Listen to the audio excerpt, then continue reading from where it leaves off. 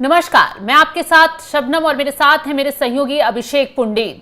तो राजा हत्याकांड में लगातार चौंकाने वाले खुलासे हो रहे हैं। अब खुलासा पुलिस की जांच पड़ताल में हुआ है कि सोनम राजा से शादी ना हो, शादी से पहले ही अपनी मौत की झूठी कहानी रच रही थी, साजिश रच रही थी, लेकिन वो सक्सेस नहीं हो पाई और उसके परिवार वालों ने जल्दबाजी में उसकी राजा से शादी कर दी। इसलिए उसने शादी के बाद राजा को ही रास्ते से हटाने की प्लानिंग कर डाली और राजा को मौत के घाट भी उतरवा दिया। अब इसी बीच राजा के भाई ने, जो राज कुशवाहा है, सोनम है, उनका नार्को टेस्ट करवाने की मांग की है और कहा है कि इस कड़ी में सिर्फ यही लोग शामिल नहीं हैं, कोई और लोग भी शामिल हैं जो पुलिस के हत्थे नहीं चढ़े हैं। ऐसे में नार्को टेस्ट होगा तो पूरे मामले का खुलासा हो जाएगा। तो अभिषेक, जिस तरीके से खबर आई थी कि सोनम राजा की हत्या करवाने के बाद बुर्का पहनकर वहां से फरार हुई और वो कोशिश में लगी थी कि वो अपनी हत्या का पूरा खेल रचे, घर वालों तक खबर पहुंचाए कि न सिर्फ राजा की हत्या की गई बल्कि सोनम को भी बदमाशों ने मार दिया, लेकिन उसका प्लान यहां भी फेल हो गया। और इसी बीच एक खुलासा यह भी किया जा रहा है कि वो शादी से पहले भी अपनी मौत की साजिश रच रही थी, वहां भी फेल हो गई। बिल्कुल, ये जो बुर्का था, ये बुर्का राज कुशवाहा ने ही अपने इन साथियों को देकर भेजा था, क्योंकि जब हत्या करने के बाद वहां से वापस आएंगे तो लोग देखते हैं कि एक कपल गया था लेकिन महिला अकेली आ रही है, तो वो चीज ना हो। देखिए, शुरुआत होती है फरवरी से। जब फरवरी में इन दोनों का रिश्ता तय हुआ, अक्टूबर नवंबर से रिश्ते की बात होना शुरू हुआ और आपका फरवरी में आकर रिश्ता तय हो जाता है। जब रिश्ता तय हो जाता है तो सोनम के दिमाग में कहीं से कहीं तक भी राजा की हत्या करने की प्लानिंग नहीं थी। सबसे पहले उसने एक साजिश रची कि वो अपनी ही मौत की साजिश रच देती है। इसके लिए वो वहीं इंदौर के पास में एक नदी है जिस पर वो अपने परिवार वालों के साथ भी अक्सर जाया करती थी और परिवार वालों को भी पता था कि अक्सर सोनम वहां जाती है। तो उस वक्त भी जब इन लोगों ने प्लानिंग रची तो वहां नदी के पास गई। उन लोगों ने सोचा कि यहाँ जो स्कूटी है सोनम की वो खड़ी कर देते हैं, सोनम की कुछ आइडेंटिटी, मतलब कुछ घड़ी या फिर बैग, इस तरीके की चीजें वहां छोड़ देते हैं और उस घर वालों को ये लगेगा कि वो डूब गई या फिर बह गई। लेकिन जब उन्होंने ये प्लानिंग करने की कोशिश की, उस वक्त नदी में इतना पानी नहीं था कि इस बात का अंदाजा लगाया जा सके कि भाई डूब गई होगी या फिर वो इसमें पानी में डूबकर मर गई होगी। तो वो प्लान कैंसिल हुआ। उसके बाद उन्होंने एक और प्लानिंग बनाई कि शहर से बाहर जाते हैं और जब ये प्लान कैंसिल हुआ फिर सोचा लंबे वक्त तक फिर जो है सोचते हैं, क्योंकि वक्त कम था। फरवरी में शादी तय हुई थी, मार्च, अप्रैल और मई में शादी होनी थी। इस बीच उन्होंने एक और प्लान बनाया कि किसी लड़की को ढूंढते हैं जो कद काठी की हो, सोनम की कद काठी की हो, और शहर से बाहर जाकर सोनम की वहां स्कूटी खड़ी कर देंगे और उसको मारकर वहां जला देंगे और जला इस हद तक देंगे जिससे कि उस बॉडी को पहचानना मुश्किल हो। कपड़े सोनम के पहना देंगे, सोनम की घड़ी हुई, सोनम की जो वो जंजीर जो पहनती थी, बैग वगैरह, इस तरीके की चीजें वहां रख देंगे। लेकिन लंबे वक्त तक लड़की ढूंढी, लड़की नहीं मिली। एक विश्वास भी होना चाहिए था कि जो उनके कहने पर शहर के बाहर तक, ऐसी सुनसान जगह पर जहां कोई ना हो, वहां तक वो लड़की जा पाए। तो वो प्लान भी कैंसिल हुआ। उसके बाद धीरे धीरे तारीख शादी की नजदीक आ रही थी। 11 मई की शादी थी, अप्रैल का महीना बीत चुका था।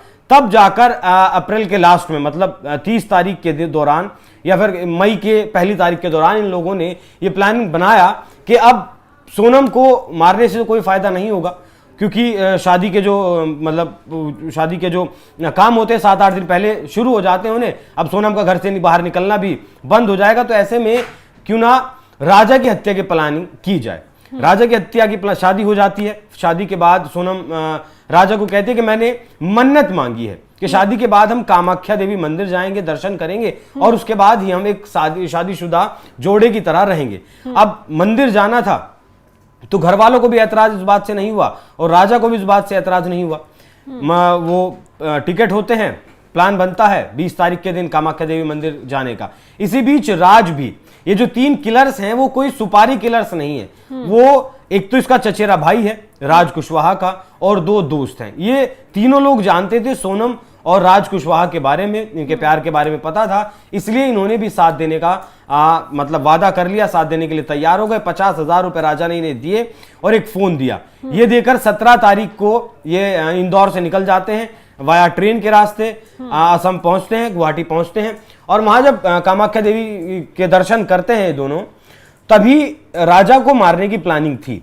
कि गुवाहाटी में ही मार दिया जाएगा, लेकिन लोग वहां ज्यादा थे, मौका नहीं मिला, इस वजह से फिर चेरापूंजी जाने का, पुंडुचेरी जाने का इन्होंने प्लान बनाया, क्योंकि वहां बारिश एक तो ज्यादा होती है, मतलब विश्व की अगर बात करें तो दूसरे नंबर पर ये जगह आती है जहां बारिश होती है, फिसलन बहुत ज्यादा रहती है, विजिबिलिटी कभी कभी जो है दिन में भी बहुत ज्यादा कम हो जाती है। ये सारा जो है मतलब पढ़ा लिखा था, पढ़ी लिखी थी, ग्रेजुएशन की हुई थी सोनम ने, और ये सारी तैयारी उसने पहले से ही की हुई थी, क्योंकि उसके गूगल सर्च से ये हिस्ट्री पहले ही मिली है, मेघालय के बारे में उसने सर्च किया था।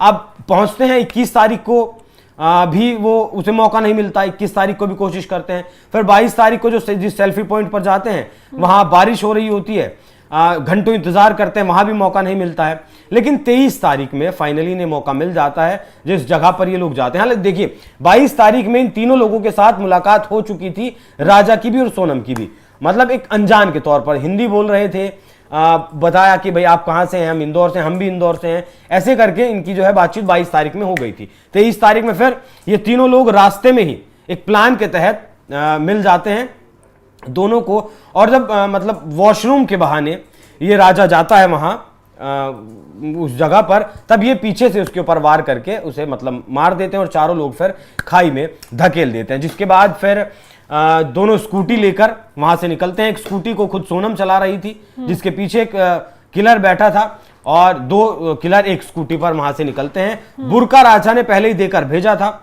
उसी बुरके को पहनकर वो लगभग 12 किलोमीटर जहां हत्या की गई उसके 12 किलोमीटर दूर जाते हैं। सोनम अपना कोट आकाश को देती है, क्योंकि उसने जब मारा तो उसकी शर्ट पर खून के छींटे थे, कोई खून के छींटे देख ना ले, इसलिए वो रेन कोट सोनम अपना उसे दे देती है, और 12 किलोमीटर दूर जाकर वो वहां उस रेन कोट को फेंक देती है, 1-2 चीजें अपने फेंक देती है, जिससे कि ये लगे कि राजा की हत्या लूटपाट के लिए की गई, और फिर सोनम के साथ भी कुछ घटना हुई है। उसके बाद ही चारों लोग मतलब तीनों लोग अलग निकलते हैं, सोनम अलग निकलते हैं, बस के ये ट्रेन के रास्ते निकलते हैं और सोनम बस के रास्ते निकलती है। वहां से सिलीगुड़ी पहुंचती है बस से, सिलीगुड़ी से फिर गुवाहाटी पहुंचती है, गुवाहाटी से फिर वो पटना आती है, पटना से आरा जाती है, और फिर वापस फिर वो इंदौर वहां से चली जाती है। जिस मकान में रुकती है, यहां इस बात पर गौर करिएगा, इंदौर आकर 25 तारीख में जिस मकान पर ये रुकती है, इस मकान को अभी पुष्टि तो नहीं हुई है, लेकिन अभी पुलिस इसकी छानबीन में लगी है। कहना यह भी है कि ये किराए पर इसने लिया था, लेकिन जैसा पूछताछ में सोनम ने बताया कि सोनम ने ये मकान अपने ही पैसे से खरीदा हुआ था, और इसके बारे में जानकारी राजा को तो थी ही नहीं, राजा रघुवंशी को इसके बारे में जानकारी नहीं थी, और इसके बारे में जानकारी सोनम ने राज कुशवाहा को भी नहीं दी थी कि इसने ऐसा कोई मकान खरीदा हुआ है। तभी अब तक पुलिस उस मकान तक अब तक भी मेघालय पुलिस, इंदौर पुलिस नहीं पहुंच पाई है। 25 तारीख में आकर वो यहां रुकती है, लेकिन 8 तारीख में जैसे ही आकाश राजपूत को पुलिस उठा लेती है, क्योंकि जो फोन देकर राज कुशवाहा ने उसे भेजा था वहां, उस फोन का ही इस्तेमाल वो तीनों लोग कर रहे थे, लेकिन सोनम अपने ही नंबर से उन लोगों से बात कर रही थी, उस फोन पर बात कर रही थी। उस फोन की जब लोकेशन मिलती है तो वो आकाश राजपूत के पास मिलती है, और सबसे पहले पुलिस शादी वर्दी में सिविल ड्रेस में जाती है और उसे उठा लेती है। ये बात राज को भी पता चलती है। तब राज सोनम के पास फोन करता है कि आकाश को मतलब ये किडनैप हुआ है उसका, या फिर किसी ने मतलब पुलिस ने उसे उठाया, ये कंफर्म नहीं है, लेकिन अब हो सकता है कि हमारा जो राज है वो खुल जाए। 8 बजे की बात है, और लगभग 9 बजे तक, 9:30 बजे तक ये तीनों आरोपियों को पुलिस गिरफ्तार कर लेती है। एक दूसरे की निशानदेही पर राज कुशवाहा को भी अरेस्ट कर लेती है, और जब राज कुशवाहा का नंबर बंद हो जाता है, तब मतलब प्लान तो था सोनम का वापस सिलीगुड़ी जाने का।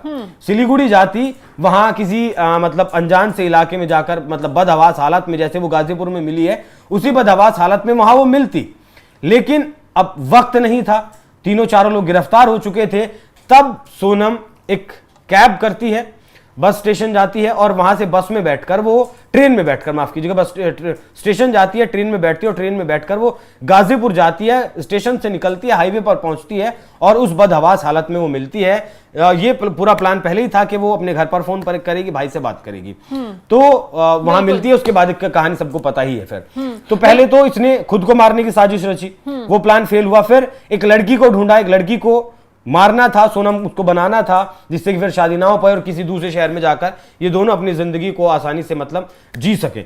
लेकिन ये दोनों प्लान फेल हुए, तब जाकर राजा की हत्या की गई। वापस 8 तारीख को सिलीगुड़ी जाना था लेकिन वक्त नहीं मिला, इसलिए ये गाजीपुर में इसे सरेंडर करना पड़ा। बिल्कुल। अब पूछताछ में सोनम से कई बड़े खुलासे भी हुए हैं, लेकिन ये कहा जा रहा है कि सोनम और राज कुशवाहा का जब वीडियो कॉन्फ्रेंसिंग के जरिए आमना सामना करवाया गया तो इस दौरान सोनम जो है वो पूरा ठीकरा राज पर फोड़ती नजर आई, वहीं राज जो है वो सोनम को मास्टरमाइंड बताता हुआ नजर आया और जांच को दोनों ने अलग ट्रैक पर ले जाने की कोशिश की, जिसके बाद अब राजा के परिवार ने मांग की है कि इनका नार्को टेस्ट करवाया जाए। लोग जांच को गुमराह कर रहे हैं और इस केस में जितने भी लोग शामिल हैं वो सभी पकड़े जाने चाहिए, क्योंकि ये लोग कुछ छुपाने की कोशिश कर रहे हैं। अभी कई और संदिग्ध हैं जो इस केस में पकड़े नहीं गए हैं। अच्छा, एक चीज और शबनम जोड़ दूं यहाँ, मास्टरमाइंड पुलिस के मुताबिक मास्टरमाइंड का जब पता करने की कोशिश की गई मास्टरमाइंड कौन है और दोनों एक दूसरे पर आरोप लगाते रहे कि नहीं ये है नहीं ये है, तब पुलिस ने